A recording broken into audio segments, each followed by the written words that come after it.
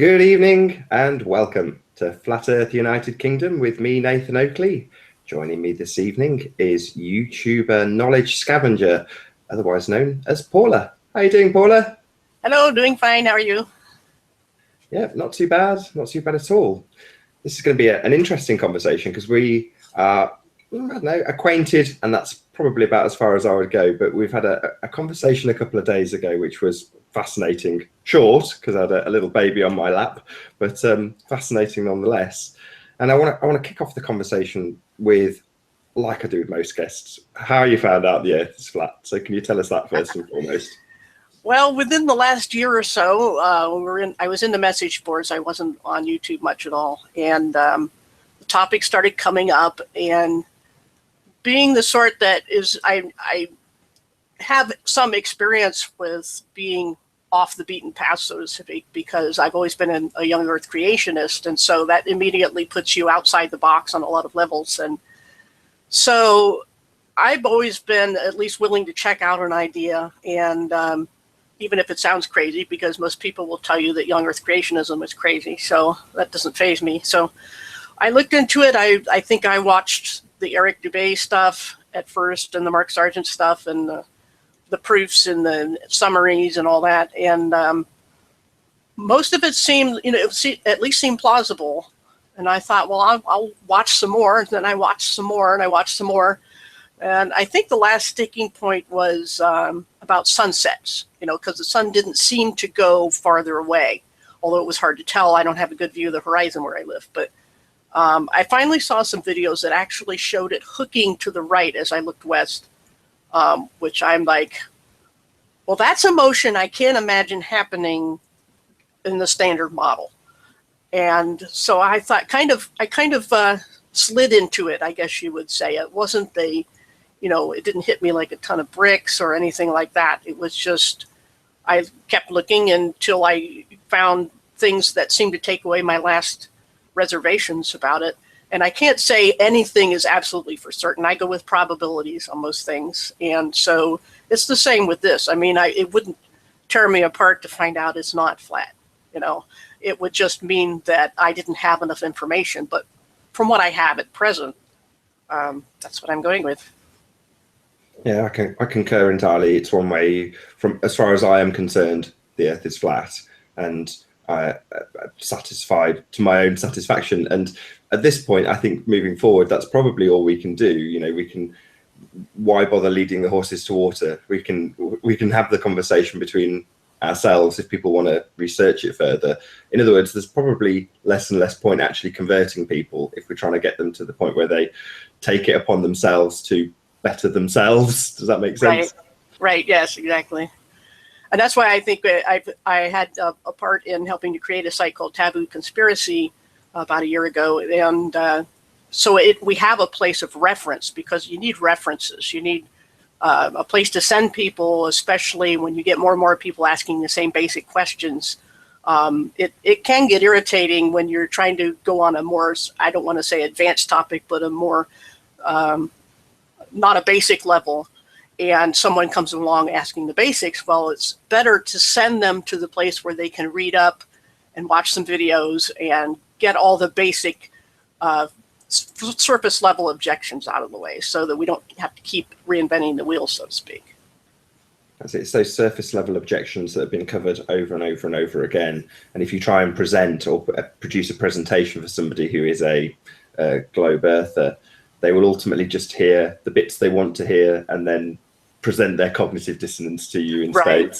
Right. And it's less confrontational that way too, because they can examine it at their leisure, and they can look at it without anyone watching or knowing, or having someone that you think is antagonistic, and that's the best, fairest way to assess anything. And that's what I did. I didn't jump into a hangout and start bashing people and saying, what do you mean you believe such and such, So I think it's a safe way, and I think the same for any topic anybody wants to convert somebody to, is to make it so that they can examine it on their own if they want, and have people available who will help with questions later on. I think that's a good approach. What's a young Earth creationist as opposed to just creationist, or is it the same thing? No, there are actually old Earth creationists, meaning they believe in evolution and long ages, yet they also believe it was done by God. So they believe it's created. They just disagree on the time it took to create. That's essentially it. There are like 5 different variations on old Earth creationism, whereas young Earth is very literal on Genesis 1, that it took 6 literal 24-hour days. Right. I think that's where my uncle would probably be classed as an old Earth creationist. He debated with Richard Dawkins and got to the point where they were discussing the Big Bang, and that was the point that he would say, well, I say God, you say nothing. Right, yeah. So the thing that sparked my interest in you the most, Paula, was this is going to sound weird for anybody who's heard you talk before, but talking about spells and spelling, and you immediately phrased it in such a manner that I knew immediately you got it, in as much as you were saying, no, there's no such thing as spells and magic. But by the same token, I saw you as the perfect person to explain why there are spells and spelling and magic and so on and so forth. So maybe if we start with intent, and we can go from there, if that's good with you. Exactly. That's the key, is intent, because if you have no way to communicate without using words, then someone can technically accuse you of performing a spell, even if you don't know that you're doing it somehow, that you were invoking some magical powers by using certain words or images or phrases or whatever. And that is hardly fair, because people have to communicate somehow. And even if they use sign language, somebody's like, for example, in sign language, is my understanding in American Sign Language that the I love you symbol is like a 666 or the devil horns or something like that. It's like, all right, how can they talk? Are they supposed to change? Millions of people are supposed to change sign language just because somebody thinks this is an evil symbol, or something else, maybe a gang sign. It reaches the point of absurdity, because you have to communicate somehow, and no matter how you do it, somebody's going to say you're casting a spell or something on that order.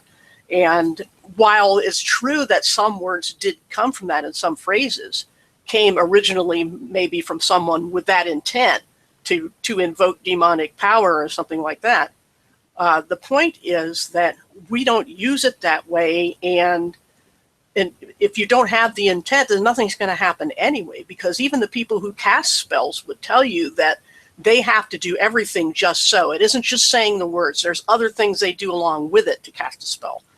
So I think the whole idea of being so over-the-top paranoid about what we say or what motions we make or how we hold our hands. I mean, I've seen people say that you're making the pyramid if you put your thumbs like this while you interweave your fingers. I do that all the time. It's just comfortable.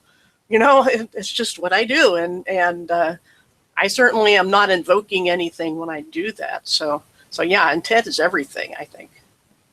And you also have the waters muddied by the reversal of meanings. Last time we spoke, you used lucked out as an example. Yes. The phrase lucked out, just for everybody else, is that it used to mean, when it first started, I was pretty young, and it meant that you got lucky, that you got out of something because you were lucky.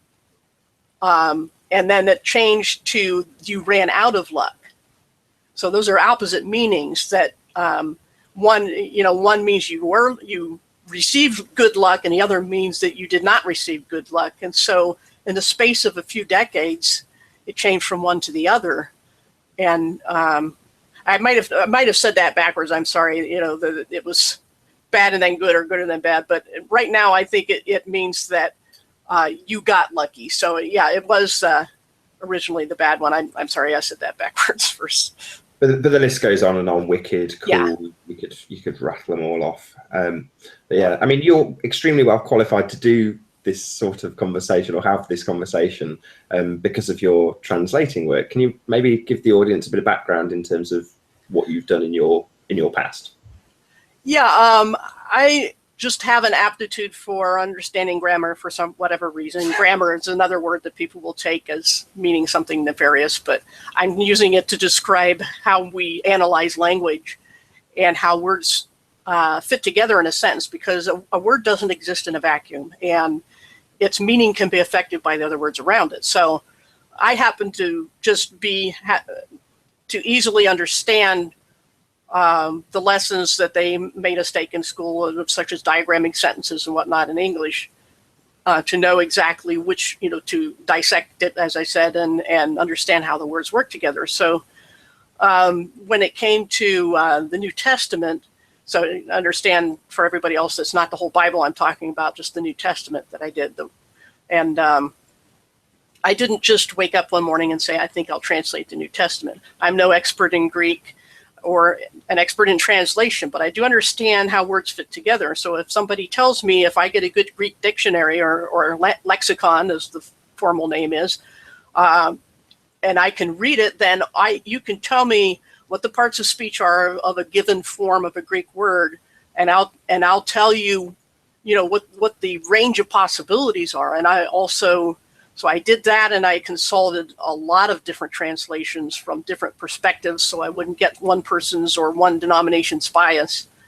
And I learned enough Greek to be able to use the original documents and look at them. So no, I'm not claiming to be an expert or anything, but I do understand how language works. And I just started into doing that because of certain topics, controversial topics in Christianity, such as women in Christianity. That's where I got started. And people would show me and say, look, the Greek says this, but they're translated that. And so I said, I'm going to learn this and find out for myself and verify what I'm being told. So one section, another section, and it grew and grew. And finally, after so many years, I did the whole thing. But it was quite a job, tedious work. We'll come back to the diagramming of sentences perhaps later, or maybe not. If it's one where I didn't necessarily hear that phrase. It's not necessarily an English phrase, but it's all about context, basically, is it not? Yeah. As far as diagramming sentences, that's just a way of analyzing it. It's just what we called it in the U.S. for analyzing a given English sentence. But as far as what was the I lost my train of thought. What was the other? Well, we're just generally chatting about language and how it works. I mean, I was going to move on to things like commas and how they can completely change the entire meaning. Yeah, there's actually a section in Ephesians 4 where it's giving a list of ways that people are supposed to submit to each other, which is like deferring, we would call it today, just being cordial and deferring to someone else in certain situations, and then later they'll defer to you because of different context. And what they did was in the English translations, in Greek there's a list of things. Here's how you defer to each other: this to that, that to this, and they have a whole list of things. Well, they broke up that list, put a comma, or actually ended the sentence, and started a new sentence and a new topic when it's in the middle of a topic. And the new sentence has no verb in it at all because it borrows it from the sentence before. But the translations will totally break it from the previous topic of mutual submission and make a new one, wives to your husbands as to the Lord, saying you have to submit to him just like you would to God, when it doesn't say that at all. And all they did was punctuate. That's all they did. Well, why would they want to do that, I wonder? I can't imagine. Well, that's another thing I could go into if you want to take the time or not, I don't know. There's an organization called the United Bible Societies, which is supposed to be guardians of the integrity of the Greek text.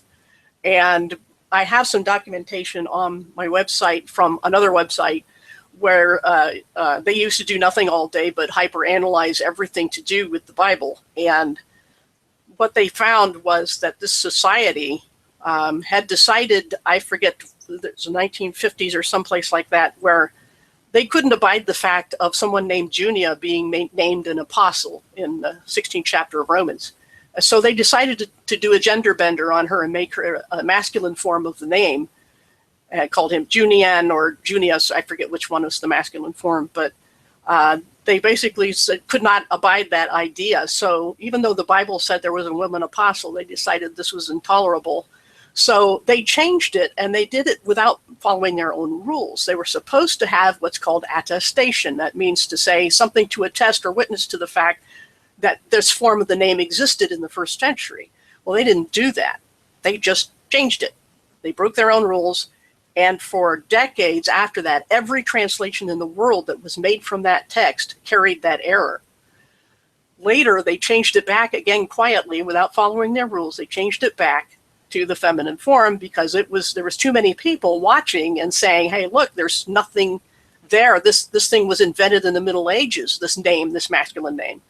And so they had to change it back. And they never acknowledged their error or anything. So that's the kind of thing that's been going on that prompted me and motivated me to get into that the way I did. Yeah, I mean, I tongue-in-cheek say why, but it is genuinely all about people's intent. Right. Yep, So, it keeps coming back to that. Well, it's one where people don't necessarily take on board what the person they're speaking to. I know we're talking in actual written form, but people don't necessarily take on board what the other person's intent is when they're reading or when they're communicating in any way. Right, exactly. We've seen that happen in the message boards so many times where if you're just reading somebody's words, you read it in your own voice. You read it the way you would mean when you wrote those words. And so then that's why so many misunderstandings happen, is because we think of what we would write, and when the other person writes it, we assume they have the same intent that we had, and when it's nothing of the sort. And so it's another limit of communication and why it's so important to understand how that works. Even then, it's still no guarantee of communicating. Yeah, and beliefs and convictions sort of tie into that. It's along the lines that people haven't got any magic powers, but if people have their own belief and the conviction behind their words, they may have an effect that they can then draw the connection that it's magical when it isn't. Does that make sense? Yeah, I've read of such as, I don't want to say shamans, but witch doctors, somebody, in that sort of realm where they would just use the power of suggestion on people, that if the people believed they had power, then they would basically do the things to themselves because the power of belief. So yeah, that's a real thing. The other thing is, and this is true throughout Flat Earth, especially for people who are coming into it, that are new to it, is that most people don't really understand how deception works. Right. Yeah, it's multi-leveled too, multifaceted. Some people are highly skilled at setting you up over a long period of time. I remember reading a book. It was in our German class in high school, and I forget the title of the book, but it was about someone who was an assassin who went to live with an aristocratic family, and he stayed there for years before he actually did in whoever he was supposed to do in, the diplomat or whoever it was, and was the nicest guy, the best worker. He was, for the longest time, had won the people's trust, and that's what allowed him to do what he came to do. Now, any of us can be accused of that, and we have been. And the problem is that when it comes to these, to being online, it's much more difficult because we don't see people every hour of the day. This person lived in these people's home and still fooled them. But it seems that lately there's been this guilt by suspicion only. That's all it takes, or guilt by association, or and Christians are used to being attacked with the idea that correlation is not causation. We hear that all the time. And yet here it is in the Flat Earth community that this charge is made all the time. If you just happen to be in the wrong place at the wrong time, you're guilty. No questions asked. You've made enough of a case against yourself just by being in the same room with other people that this is all it takes to make you guilty. And so deception is not just a religious thing. It's not just a science thing. It happens to everybody, and it's all these complicated human dynamics and interactions, because people are complicated, and some are sneaky, and some are just clueless, and some are just unlucky. And so without going into detail, of course, then I think that's just something we need to be aware of, because not everything that appears, not all that glitters is gold, and neither is everything that smells bad is necessarily, full of bacteria. So it goes both ways, and we have to start all of us asking ourselves what it takes, whether we would like to be convicted on the basis of the same reasons we convict other people. Yeah, I'll carefully approach this subject because I know our views differ greatly in this regard. But on the subject of intent, it's where I would say people are devilish. You have the Christian belief, obviously there is an entity that is the devil. But for me, I don't know, without getting into an argument, would you say that still comes back to intent, or is it something that you would still externalize? It could be both. There are, I think, a lot of things that even among the Christian community will say that somebody did something because they had a spirit of this or a spirit of that, like a spirit of greed or a spirit of gluttony. And I'm thinking, you kind of pulled that out of the air, because a lot of what happens is just our own fault and human ability to do bad things. There are spiritual entities, we believe, of course, that do certain things. And we believe, for example, that there's the phrase, the powers that be, that we use all the time, is actually in context. And I have a blog article about this. In context, it means the principalities and powers and also human authorities that work with them, as well as simply just people in power. It doesn't necessarily mean that. But there are entities that are territorial that work with these people. And we've all known that and suspected that, even in just the conspiracy community in general, that there are entities, otherworldly entities. Now, some will say, for example, that these are from another dimension or another, used to say another planet. But that these are either immaterial entities or, phase shifting or whatever the chosen theory might be, but they are non-human is the point, and that they have behind the scenes influence on people. But here again, as I say, I think in most cases, the average person is dealing with their own faults. But when we have extreme cases such as a serial killer or some people who are especially sadistic, I do believe that there are malevolent non-human entities involved. Sure. I mean, this is where I know we disagree, because I would boil that down to things like psychopathy. But we'll move on. But before we do, I'll say that the example of serial killers is an excellent one. I saw, I think it was a documentary film about Ted Bundy, and the point that they were trying to make to their audience was that I think they had some of the lecture theatre stand up or something like that, and they narrowed down some of the men into a specific category.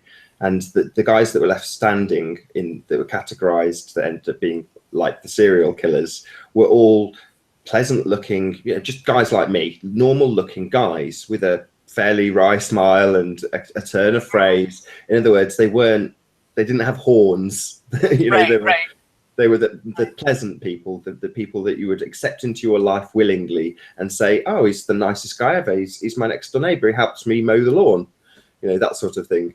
And that's where you would say it's a malevolent external entity. I'd say it's a psychopath or something of that nature. But it's that evil that I don't know. Moving forward in flat Earth, aside from just paranoia, we've just been perpetrated, or we've figured out that we've been perpetrated by a massive deception. Moving forward, I think getting people's awareness up of that type of person, regardless of whether or not it's a creature from another dimension that's possessed somebody or just a type of human, people need to be more aware of that type of person so that we can protect ourselves against them.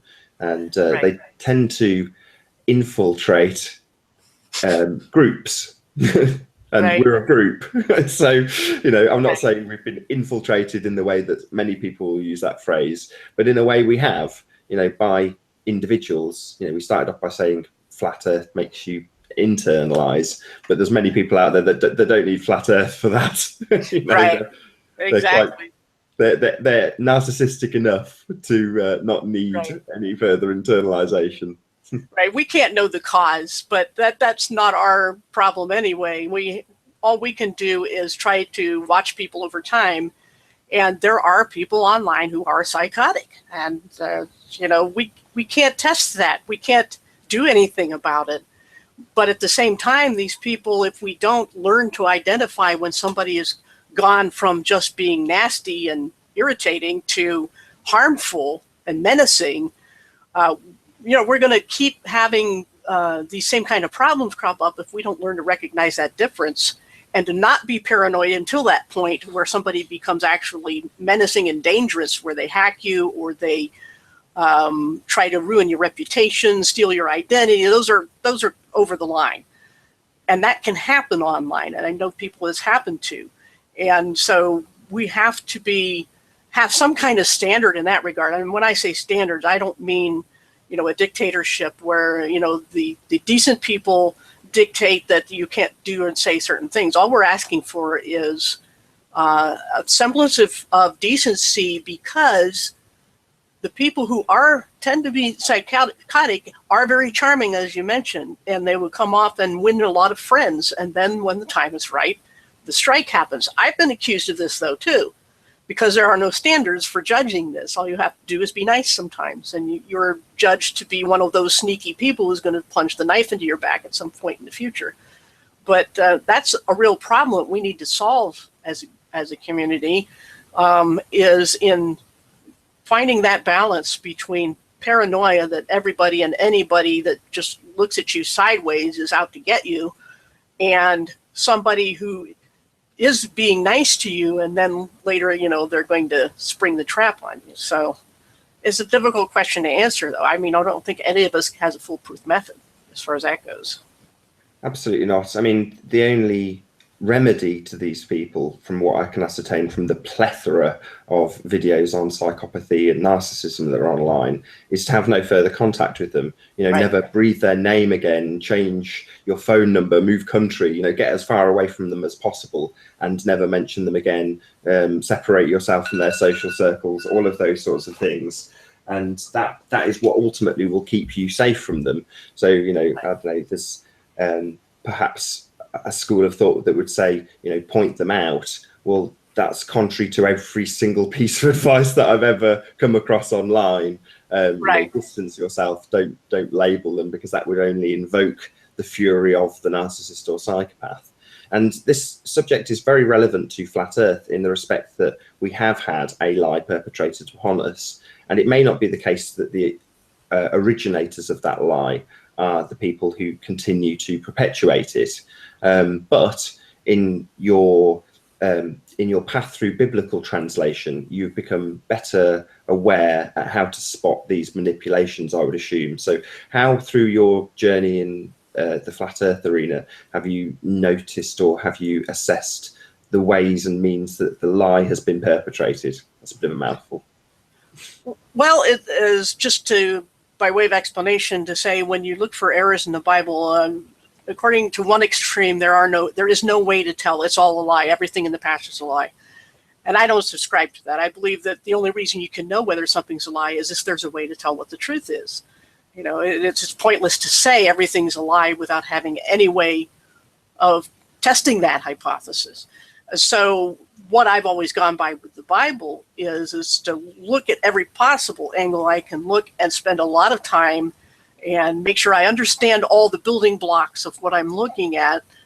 And then only after you've done all the technical analysis, then you can start to look at the human element of things, where you look at motive, who is writing this, why, what's the situation, the culture, the figures of speech, and all those sorts of things.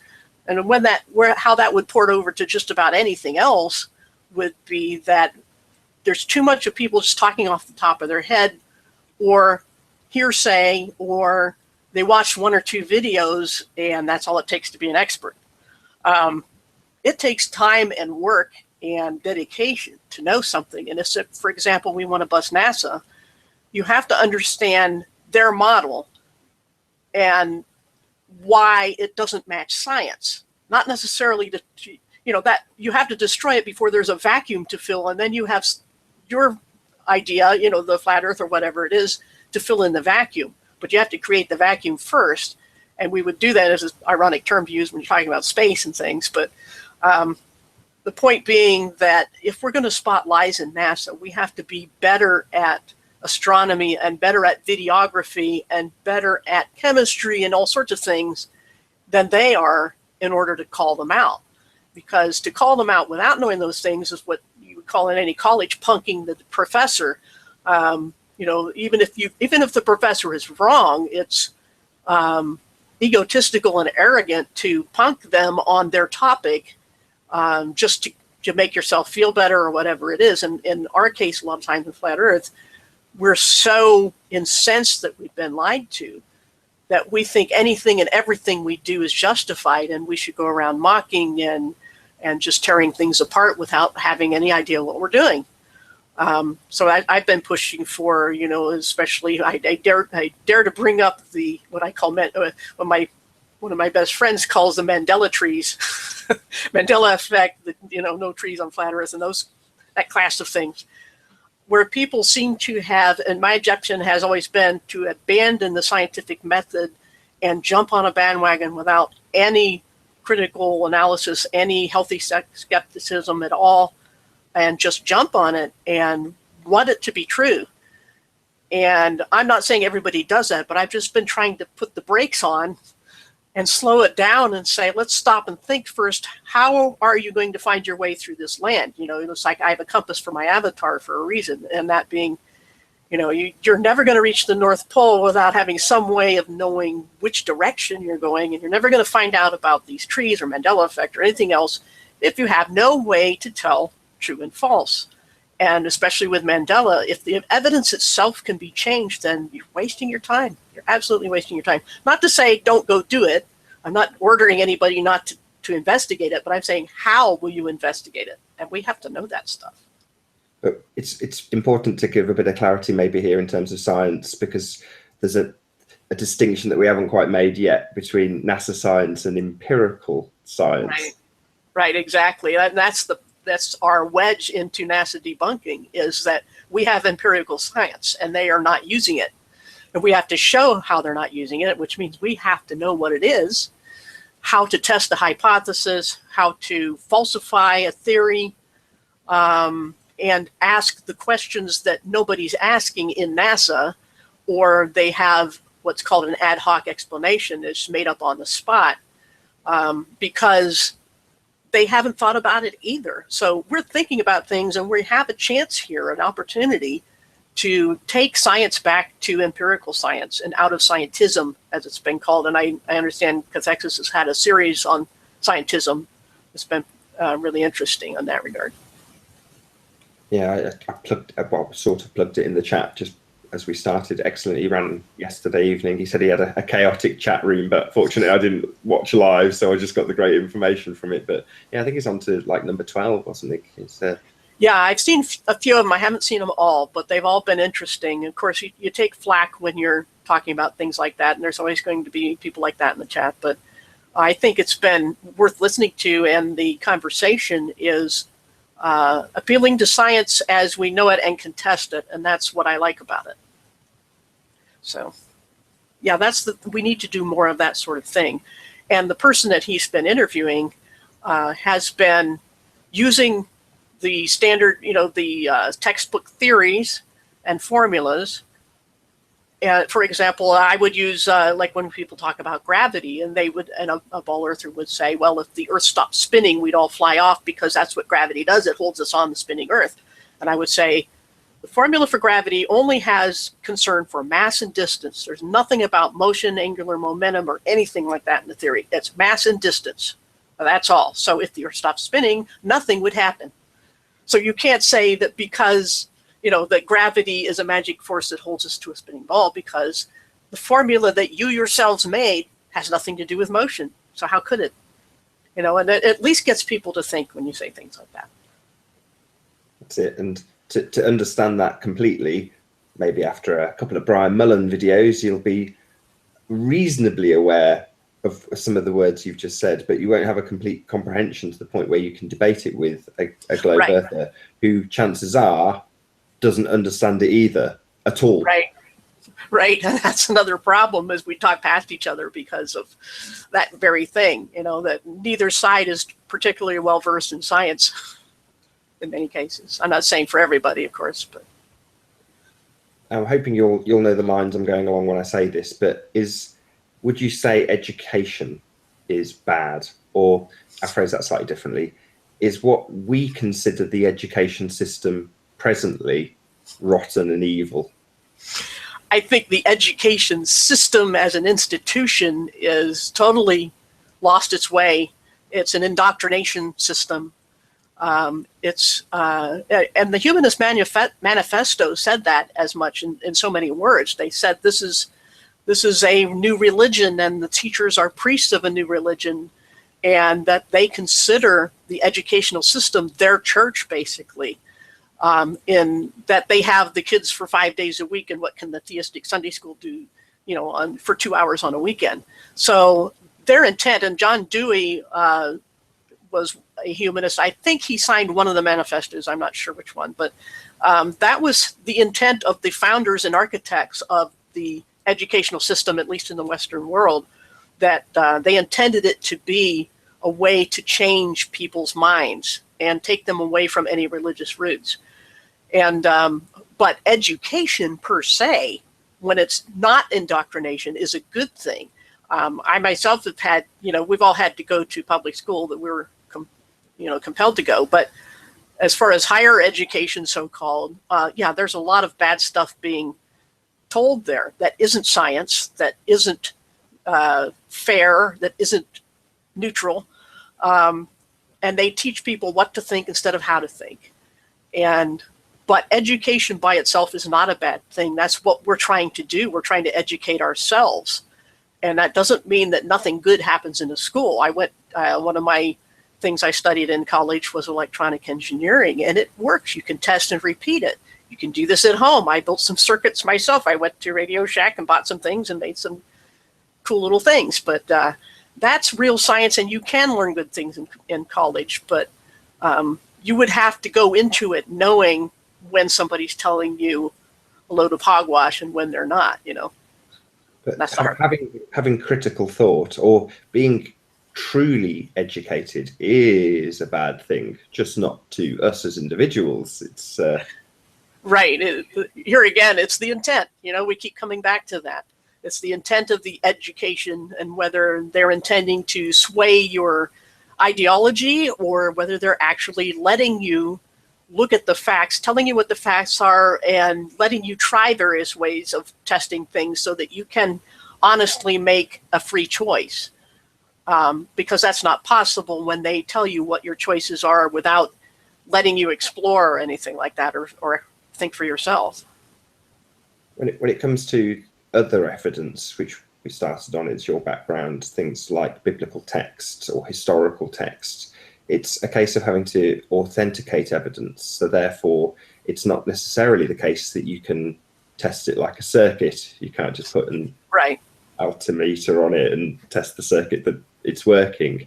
Therefore, when we spoke, I'm kind of using your words here, I'm really sorry, but you have to sort of treat it more like a courtroom. Yes. Can you expand on that? I know I've just stolen your words, but that's okay. When in a court of law, most crimes are not witnessed directly, to the point where you could absolutely convict someone. So you have to piece things together. You have to look at, first of all, whether there's a crime, and then what the evidence is for the crime. Here's a knife with blood on it. Here's somebody's hair or a discarded shoe or something like that. And you put all those things together, forensic evidence, and those are things you can analyze in a lab. But what you do with that evidence, those things, even though they're examined in a lab, cannot prove someone's guilt. All they can do is serve as evidence. And the interpretation of evidence is what is the non-scientific part. The judgment part, that's why you go to a judge and you have a jury that weighs the evidence, and they're dealing in probabilities here too. And they have to be very careful, and they follow certain rules. But in probably the majority of cases, the correct verdict is reached, because if it was 50-50 or worse, most people would have revolted long ago with the court system. I know it's fully corrupt now, but even though with that corruption, it depends what the topic is for, and sometimes who the people are. But in a lot of cases, if somebody stole something, they're going to find who did it by the evidence that's surrounding them. And when it comes to documents, what we have, I mentioned to you the other day about a professor who had a practice of each year of testing his advanced students, where he would give them a document to translate, and he would give pieces of it to one group and pieces to another, and tell another group they were in a hurry and so forth. And in the end, they would all compare their results, and they would come to the original document with a very high degree of accuracy and only missing things like a few connecting words such as and the. And so whatever those methods are that they use, and they use them for all documents, they're not talking about something special for the Bible or anything like that. I'm talking about a secular university. Sorry about the alarm there going off. Secular university testing any kind of ancient text of any sort and determining what its content was originally. No one can guarantee, no one can prove beyond any doubt. You can't put it in a test tube, but by the same standards that would be used in a court of law to convict someone, you can rest pretty assured that the people competently trained are going to get pretty close enough so that if we throw out the Bible because it's old, we have to throw out everything that's old, because the same methods are used for both. So when it comes to the argument that you can't trust anything beyond, a few generations ago, what that would result in, whether intended or not, would be that people will never progress, mankind will never progress, because with every couple of generations you have to totally start over because nothing's reliable. And so this is the conundrum we get into if we throw out everything that isn't absolutely, 100% provable. So we're dealing in probabilities, and the Bible is no less so or more so in that category as any other ancient document. This is it. So it's accountability in terms of the amount of evidence that's supporting evidence. If it was back to your courtroom example, it would be having more than one witness to an event, and the more witnesses you have, the more solid it is. Therefore, the more documents that back up what you're checking, and you can cross-reference, the closer you're going to be to having an accurate account. Yes, exactly. And it's I've seen, if I might just make one little vent on double standards that I've seen happen, and not just in this community, but anywhere online, where the Bible's been put under relentless scrutiny for, hundreds, if not thousands of years. And people will use this phrase, extraordinary claims require extraordinary evidence. And they hold the Bible to this lofty standard. But somebody finds a scrap or a fragment of a Gnostic gospel, of Gospel of Thomas, for example, or something like that. They hold it up and say, oh, this is the proof. This is what they're hiding. And they don't put it to any kind of test. They just say, because it's different than the Bible, it must be true, because they don't like the Bible. So here again, we have the confirmation bias going in both directions. We have some people would be accused of defending the Bible just because they want it to be true. Well, we have the opposite as well. We have people hostile to the Bible because they hate it, and they'll hold up anything without putting it to anywhere near the same degree of scrutiny and saying this disproves the Bible. So that's just my little short rant. Hope that wasn't too long. Sure. I mean, it's slightly contrasting to what you've just said, but with Flat Earth, I do view things slightly differently, in the respect that I see it as being self-evident, and there's a layer cake of lies on top of a self-evident truth. So when we're put in a position where we are challenged to provide evidence, it's kind of, it's self-evident. And as you dig into the details of Flat Earth, it seems that many of the things that are clearly self-evident are tied up in nonsense. The curvature is the most obvious one. If you travel a lot, you don't get to see any. You see a lot of flat planes. When you're traveling. But then you're, given a load of maths, given a load of equations, given a load of explanations for how we're sticking to this ball with gravity, which you touched on earlier, and you can unpick those. But can you then get to the self-evident truth and say, well, here's a really, a silver bullet piece of evidence for something that's self-evident to begin with? Right. What I was talking about with the documents is that a different standard is used for each. Whereas what the standard we're using for each, whether the ball or flat earth model, is the same. It's what we're looking at, what we're observing, which is a scientific method to observe. And when we're looking at, like you say, there's the burden of proof is on the standard cosmology, because it has yet to prove it uses mathematics as a proof when it isn't a proof, because mathematics can only prove itself. That's all it ever does. It's supposed to prove itself. What math doesn't have to prove is reality. It doesn't have to be connected at all. So think of imaginary numbers. I mean, their name is imaginary, and they're used in math all the time, and nobody has a problem with it. But they're not real.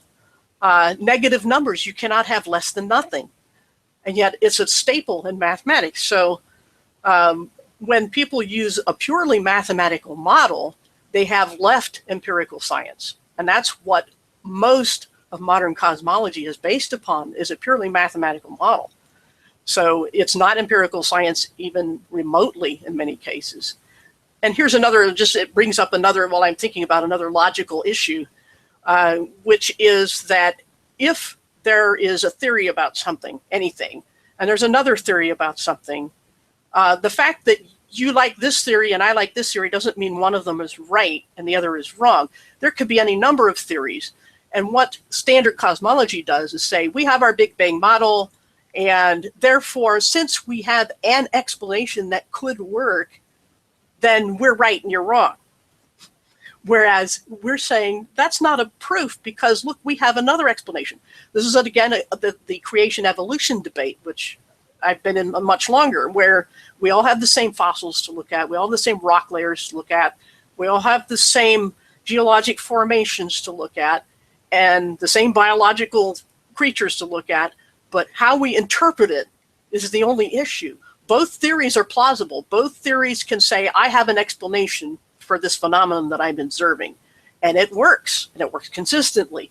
And so both sides have working models that they're absolutely incompatible. They cannot both be true. So one must be wrong, at least one must be wrong. Maybe they're both wrong, but this is a logical problem we have to be aware of, because if somebody says, I've got a Big Bang model, therefore it must be true because I can make it work, that's circular reasoning. It's a self-fulfilling prophecy. It's, and any number of terms that you can use for it. But the more aware we are of the empirical method and basic logic, the better we'll do at tearing down the lies. But without those tools, we don't have much of a chance. But within the deception of the heliocentric system, they've managed to engineer in a little bit of ridicule for not having an answer where it should be praised. So my example would be the stars. So many flat earthers would say, no, we don't know how that would work. We haven't figured that out yet.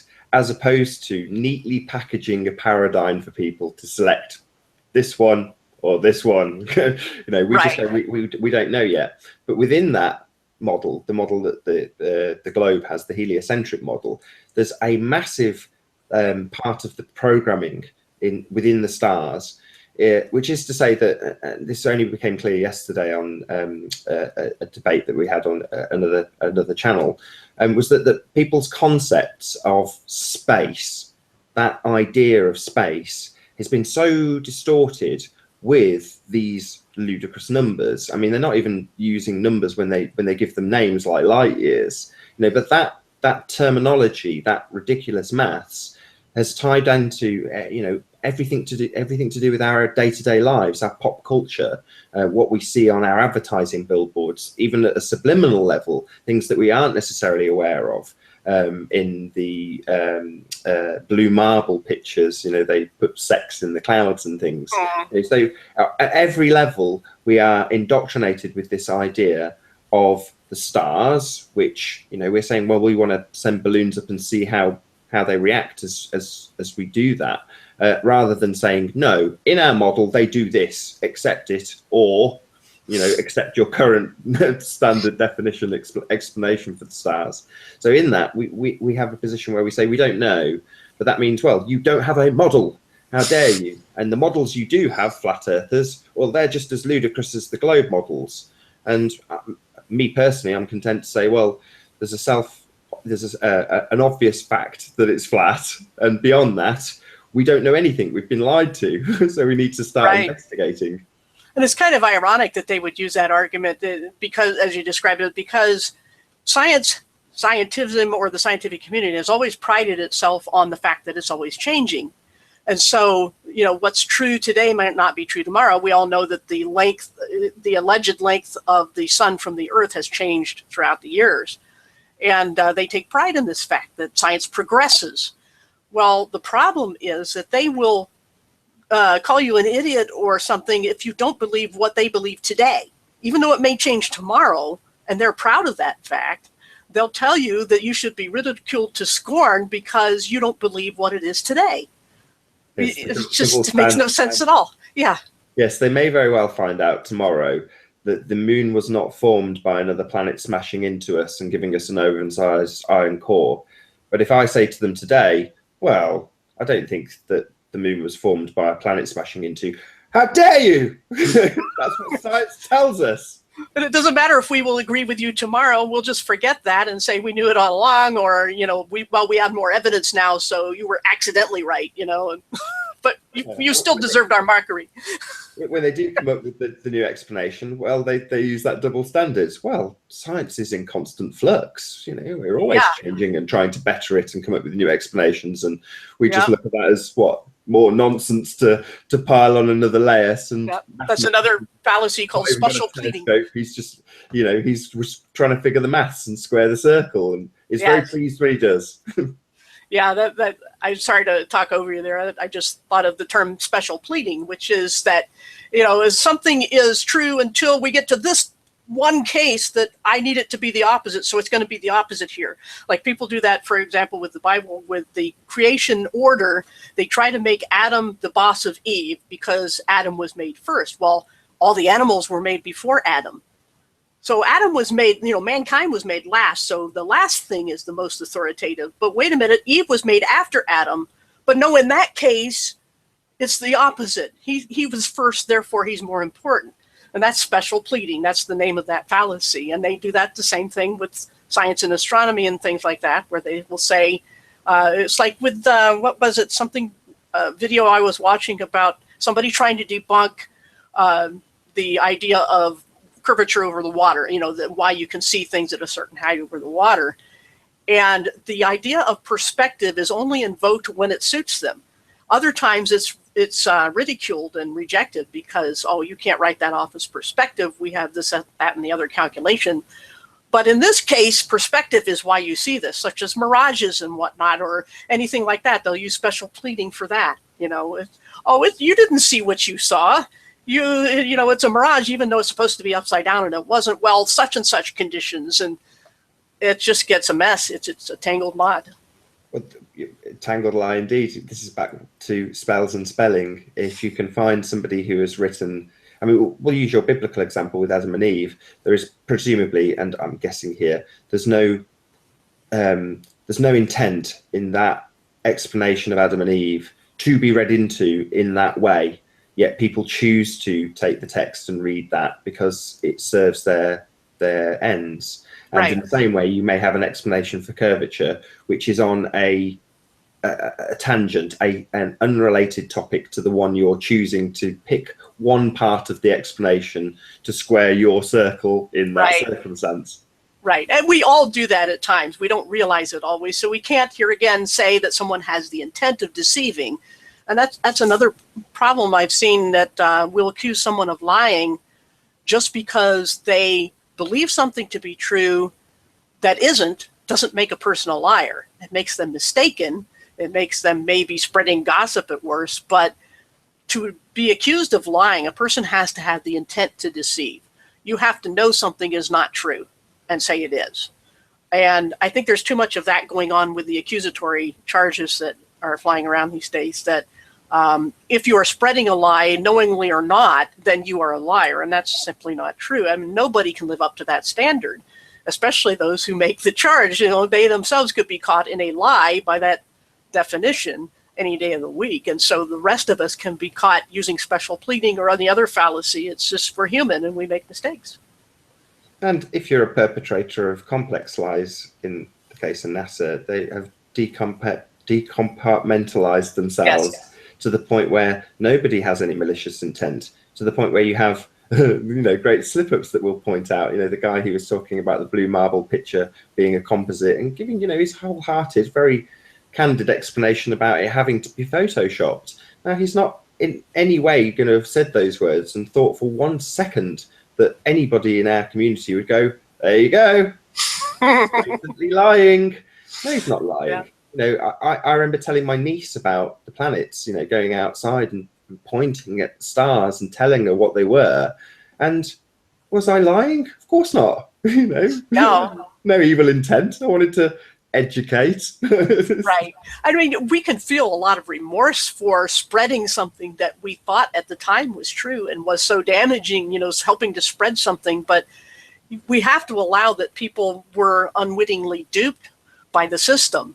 And there's no crime in that. It does mean that we should be more critically thinking in the future and try to learn from that mistake. But to say that we are all guilty of being liars because we once believed something that we found out later was untrue is unfair. And it's, like I said, it's a standard no one, especially those who make the accusation, can live up to. So. Yeah, I mean, John LeBon does a good series on critical thinking and how to structure various arguments and spot poor debating techniques, not poor debating techniques, but fallacious techniques. And it's useful. We could all benefit from brushing up our critical thinking skills, especially in the arena we're in, because we're debating so often. Right. Yeah, and debating, that term, most of what happens is not debate at all, as we know. It's just a fist fight. And, I don't say ignorant people as an insult, but we are ignorant about a lot of things. And when both sides don't know what they're talking about and they have a debate, it's just not anything of the sort. Debate is when, if we were to be formal, a debate is when there's a very specific point. One person argues, or one side argues for the affirmative, the other side argues for the negative. And you go back and forth. You have limited time or limited number of words if it's in writing. You go back and forth a few times, and then you have a conclusion, closing remarks, whatnot. That's a debate. What goes on online is not debate. I just can't call it that. Yeah, the other trouble is that you often have people that are debating on points that are irrelevant to the topic, and neither party is aware of it. So again, you're left as an audience member with this, is it side A or side B that's correct in their arguments, or have they won the most points, when the topic itself is completely non-relevant? Right, exactly. And that's the point of even formal debates in most cases. The point is not to present the best case necessarily, it's to sway the audience. And so if someone is a persuasive, bubbly personality or very good at sarcasm and fast thinking on their feet, they will be seen as the winner, even though they had a terrible logical case. We hear again the creation evolution debates that have been going on for many years. The evolution side, and of course I am biased and I'll freely admit that, but the evolution side would bring up facts during the debate that nobody had time to check out, didn't know anything about, and so it would slide. Later on, it would be investigated and found out to be false. Well, that didn't matter. Nobody cared if they put out false facts during the debate, because no one will remember. We have the memory of a goldfish.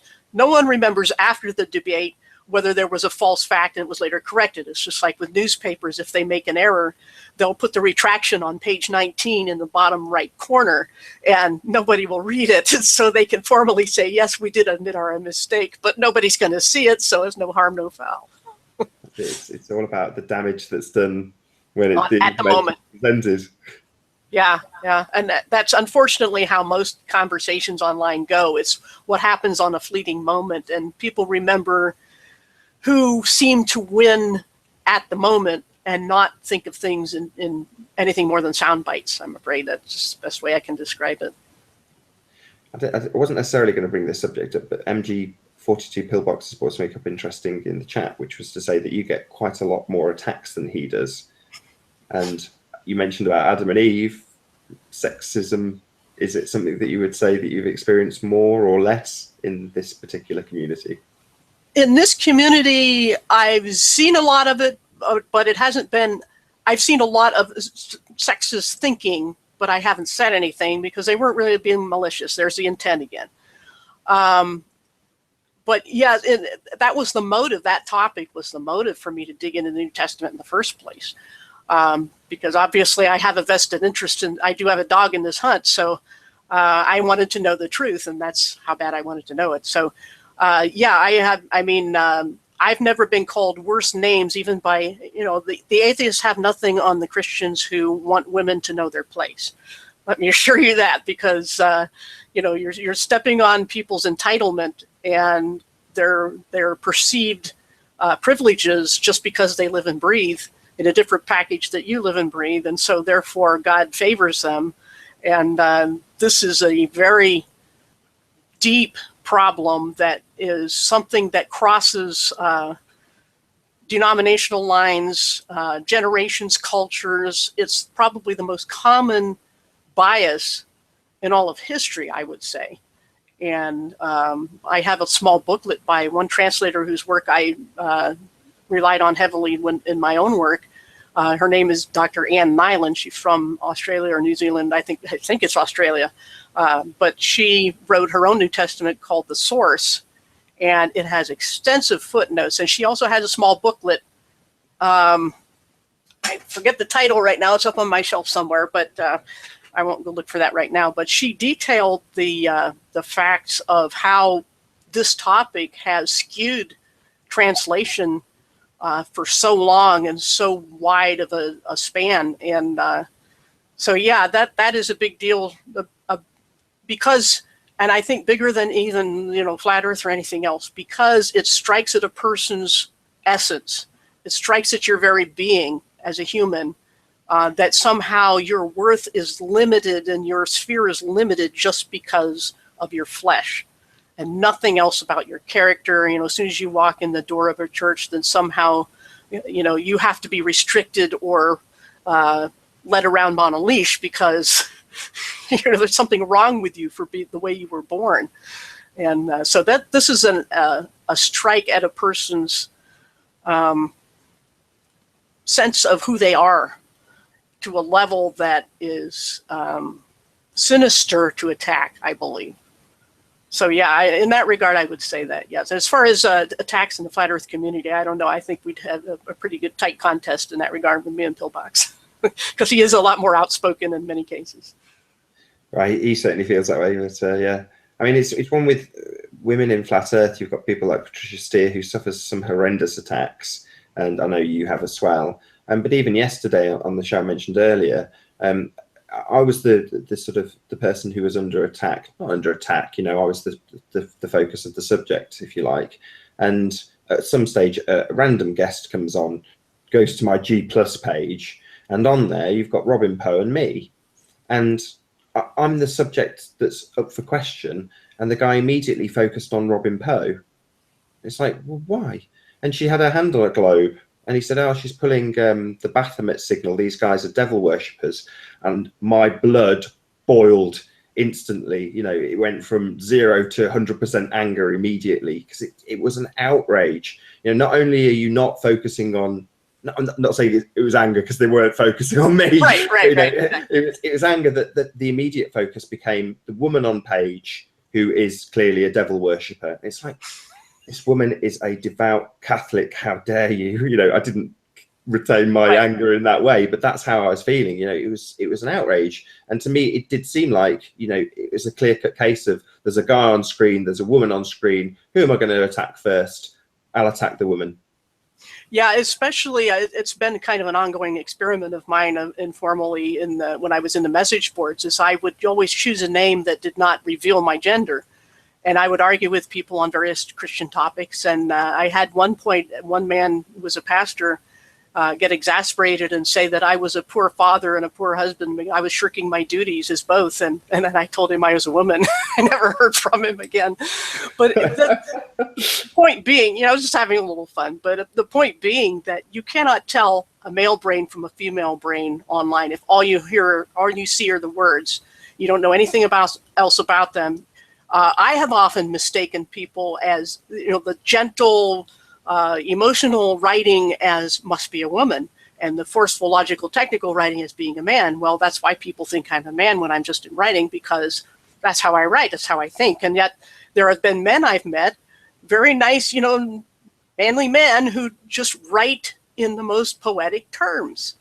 And so and it's funny to mention just bias in Christianity. There was this one pastor I won't name, but he decided that King David was a manly man because he killed thousands of other men, and yet he wrote this flowery, gushy poetry. So here was, he didn't know what to do with this guy, because he wrote many of the Psalms, and they're very emotional and poetic and feeling and, in touch with God and all this. And then this guy goes out to battle and kills thousands of guys. So he's okay. Just because he killed a bunch of men. It's just amazing to watch. It's sad, but it's amazing. Yeah, it is sad, because that does translate to society at a very base level. Mm-hmm. And people don't realize, here again, there's the intent, is people don't realize that they're carrying this around with them all the time. And I see this every day in the chats and even in the panels a lot of times, where people will say, well, a real man would do such and such. I understand where you're coming from.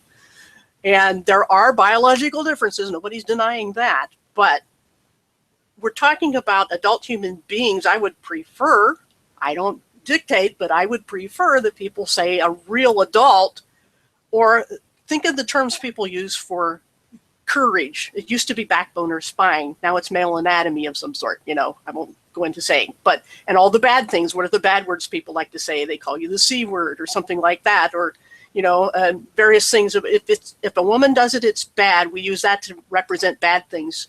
And if you really want to insult a man, use effeminate terms for him. You truly insult him. And it's just gotten to the point where, and people don't realize the shift that happened in society, because this is, again, in my lifetime, where it used to be, you would say somebody had the guts to do something. Now you say something else, and we all know what that is. But, even women will say it. And I just don't understand that, because it's like, I call it cannibalism, spiritual or gender cannibalism, because you're just eating your own kind here and insulting your own flesh when you say these things, because you're buying into the paradigm, or I don't want to say paradigm, but the narrative that there's something wrong with you for living and breathing. So, yeah, people actually use the term effeminate in a derogatory way. Yeah. Or a woman, it goes both ways in some regards. They'll say that, if you want to insult a woman, you're out to be a man, or to be too masculine or butch or something like that. It can go both ways, but by and large, I would say the vast majority goes, male good, female bad. And that's a real tragedy, because it's another one of those Hegelian dialectics, or dividing people, creating, whether it's a gender war or race war, who's a real flat earther, I don't care what it is, it's just division. And that, as I've said, I think in my earlier video today, where I said that, if you want to know who's the real bad guys, and when I use the term guys, this is another thing, holdover from my childhood. You guys is what we said to a mixed group of kids. But now I lost my thought. I had to go to there, and I lost my thought. Completely derailed. Yeah, sorry. On gender equality in general. Okay. Well, that's good to know. I lost it completely. I'm sorry. I forgot where I was going with that. Oh, well. Maybe move it forward, because, in terms of things like, women getting more hatred than men in Flat Earth, it seems it's a gateway topic to openly discuss subjects like this. It's not necessarily the case that this show is going to be 100% about talking about curvature, talking about rotation. On the contrary, you find that your repertoire of subjects to discuss vastly improves when you come to Flat Earth, not just because you found out everything's a lie and you can then start looking into what is actually the truth, but moreover, there are certain social standards that are being addressed within our community. We're looking at things at a much more critical level, not just about the subjects we cover, but about how we react with each other. And that's nice. Yeah, it is. It's another opportunity, just as we have to get science back to the people, back to empirical science, but we also have a chance to improve society.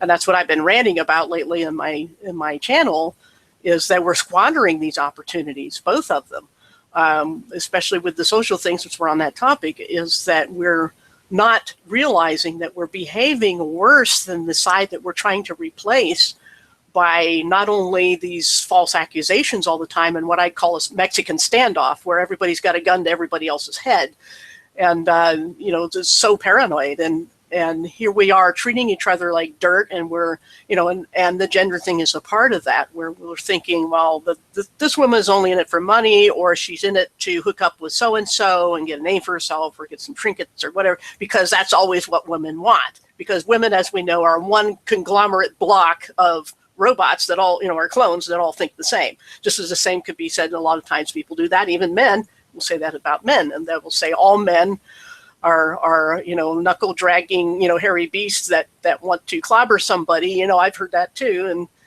somewhere between there is a balance, and people are afraid of that balance. I think they're afraid of equality because it means a loss of privilege in some cases, and B, that we want to blur the lines, that this is the transgender thing that the powers that be are pushing. And so equality becomes something to be afraid of, and they want to polarize to stay away from that. Out of fear of one thing, they go to the other extreme, and here's again the dialectic, they give people two opposite things, and then you'll get them right where you want them in the middle, which in this case is not really the middle we're thinking of, the balance point, but the direction of division and keeping people apart and keeping them at odds because they're afraid if they come too close together, they might get confused. And if we can't figure out that which is still male and female, even though we're equal human beings, then I think it's pathetic. It's just, removes hope in humanity, you might say. It's been more than blurred at the moment. I mean, you mentioned the transgender agenda. It's been cut, diced up and sewn back up and all sorts of horrendous things, and that presents a very distorted view to the next generation. I'm not worried, that's probably the wrong word, but concerned for the image of male and female that will be presented to my children. It right. is distorted enough as it is, and I've got very I don't even want to call them old-fashioned. I'd call them normal. To see men and women as men and women, that's not old-fashioned. That's just normal, isn't it? Right, I agree. The point where I would say that we kind of get off the mark is when we say, because you're a woman, you are not allowed. Or what I'm saying, where it's the difference between ability and permission. When you say someone has not the ability to do something, that's all well and good. Everything should be based on a person's skills or abilities and practicality. And if you say you're not allowed to have leadership skills, even if you've got them and you demonstrated them, because you're a woman, you cannot lead a man because ego, that's where I have a problem. That's where there should be blending of human beings, is in the area of permission. When it comes to obvious biological differences, I mean, I believe absolutely in separate bathroom facilities because you got different anatomy, and we know that there are predators that will take advantage of that and already have. It's opening a Pandora's box, in my opinion, but there is no such harm or fear or danger in, for example, having a woman for a boss that has men under her, or having a woman lead a country. And there's a Bible verse that people pick out for that. I won't go into that today, but I can deal with that too. But the point being that there are legitimate differences and there are illegitimate differences. And even when it comes to physical strength, not all men are big and burly and muscular, and not all women are small and petite and afraid of things. It's just, here we are again trying to lump people together at the same time we're afraid to lump them together, there are easily more differences among men and among women than there are between them, because we're all human. And we have to remember that we're all human and on multiple levels, because here again, we get back to that and how we're treating each other in these chats and hangouts. Is we're not thinking of these other people as human. We think of them as ogres or monsters or somebody that's just bent on destroying us because someone else did it once, and therefore everyone who shares any qualities with that person must be just like them. And that's where we've gone way off track. Yeah, but you say off track, I don't know. We're doing it. It's happening. It is being addressed, and to some degree, I think it's necessary to see these things. And Google is, I don't know, it's a bit of a toxic piece of software in my humble opinion, but it's good. You know, a lot of people forget that little live light that I can see in the top right of my screen, and will just, you know, spew their way of feeling or being down that camera lens and into that microphone, and it lays it out for people to be critical of it. So it seems that we are actually getting somewhere. You know, we're addressing some of the social issues. I hope the end is nigh when it comes to the accusations of CIA shillery. You know, that seems to be dying now. God. Right. So yeah, maybe Yeah, it's needed. yeah, I think it is a kind of history or society on steroids. It's moving very fast, and that's part of the problem. But in a way, it's good though, because hopefully we can resolve and the way it would be resolved is if people take stock of themselves and go, hold on a minute, you know, am I really wrong about this person? I've heard this, that, and the other from 5 or 6 different people, and therefore, you know, I've been believing it because I like the people who told me this. But no offense to them, they're trusted people, I know them, but I still need to see some things for myself, you know. And if we did more of that, there'd be a lot less of this cancerous spread of ill will toward other people, other groups, because people form groups because they just get along with certain other people. It's nothing nefarious, and yet one group will view another group with suspicion just because somebody had a question or a misunderstanding. Those happen a lot. You mishear somebody or you misunderstand. I mean, I've had to read things 5 or 6 times sometimes to go, wait, I can't believe they said that. Oh, they didn't say that. I'm glad I didn't push send yet, you know. And I'm hoping, as you are mentioned, that we are going to learn from this. Something positive will come out of it, because there's a lot of people getting torn apart by nothing but suspicions. And it isn't just me, it isn't just you. You know, we know a lot of people who have just fallen off the radar, and nobody even asked what happened to them. And that's a really sad thing, because as I was asking today in my video, I said, you know, if this is the kind of world we're building virtually, I don't want to live in it right now, because it's such a mess. It's so paranoid. It's so mean. You know, are we modeling that? No, not at all. I hope I can put some positive spin on that, because, you know, if you're going to make an omelette, you've got to break a few eggs, and we are currently in the frying pan. You know, we're seeing that mess. We're part of it. But in order for it to be analysed and picked through, it's got to be exposed first. So it has to be on the surface. But when you're in that frying pan, man, is it hot? Exactly. And I think a lot of people stay on the sides and have never been in the frying pan. They don't know what it is to stick your neck out and take a stand on anything and take heat for it, because it's not as easy as it looks. And I hope it doesn't even look easy. But it's one thing to sit back and say, I think they should have not done that. When it happens to you, then it's a totally different story. Not because you're a hypocrite, but because you don't feel the pain when you're just watching. Like the phrase here, armchair quarterbacks or Monday quarterbacks that will tell you, oh, he should have done this or that. If he'd have run that way, oh, that was a gaping hole. He could have run right through there. Well, you try being on the grass, looking at, you know, these giants in front of you, and try to pick a hole through that, you know.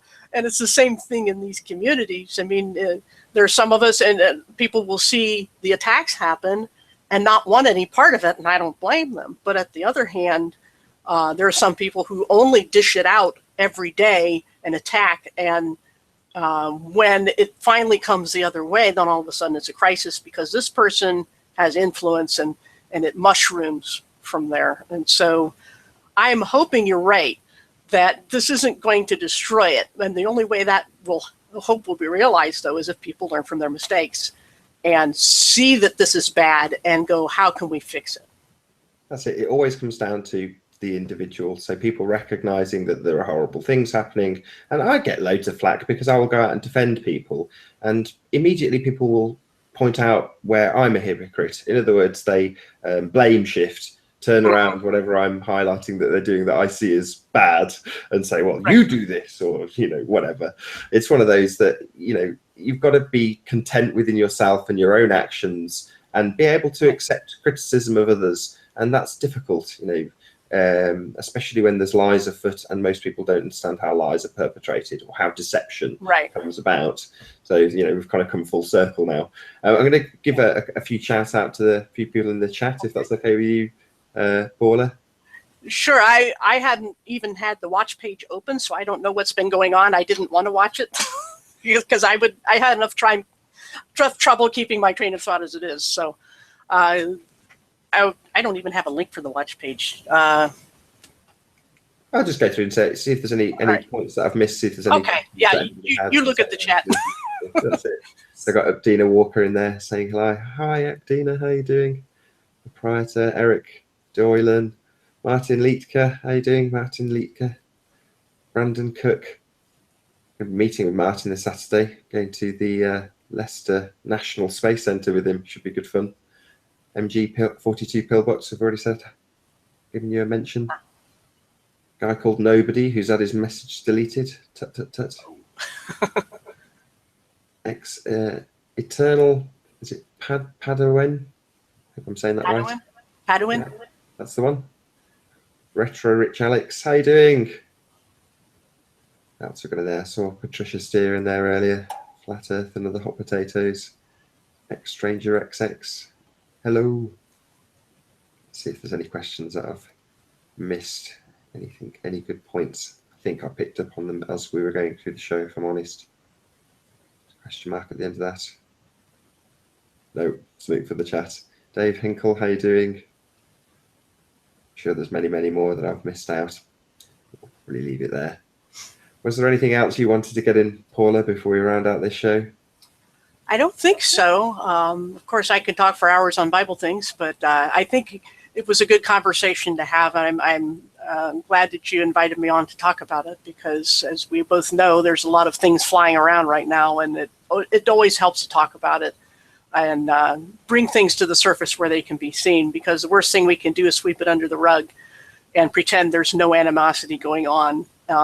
Problems are best solved when they're faced, and they're never solved if we run from them. So, yeah, like you said, if we can make something good out of this, actually make an omelet instead of just leaving the broken eggs in the frying pan to burn, then it'll turn out all right. So thanks for that. And, you know, something for everyone who's watching this to take away is you need to have a bit of self-preservation. You know, you shouldn't put yourself in the firing line if you're not necessarily going to, you know, if you haven't got any armor on. Right. And everybody needs to take a break now and then, too. Sometimes you walk away and people will tell you you're afraid, you know, that's the only reason you could possibly want to walk away. But sometimes you just, you know, you can only take so many hits, and then you have to step back and rest and recover, and then you can come back later. And as I said, you know, people have never stuck their neck out, don't know what that's like, and don't understand it. But hopefully this has gotten so big with so many people involved that it can't be hidden, and we have to face it. And I hope we do.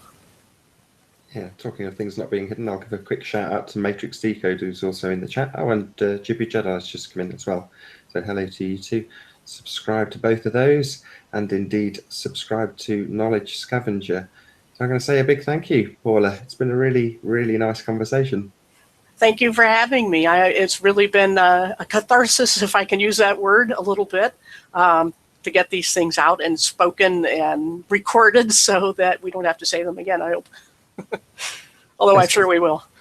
It's good to dedicate these things to air. So once again, a massive thank you to Knowledge Scavenger and to all of you who have joined us live. Thank you very much for being here. I've been Nathan Oakley. I'll see you all in the next video.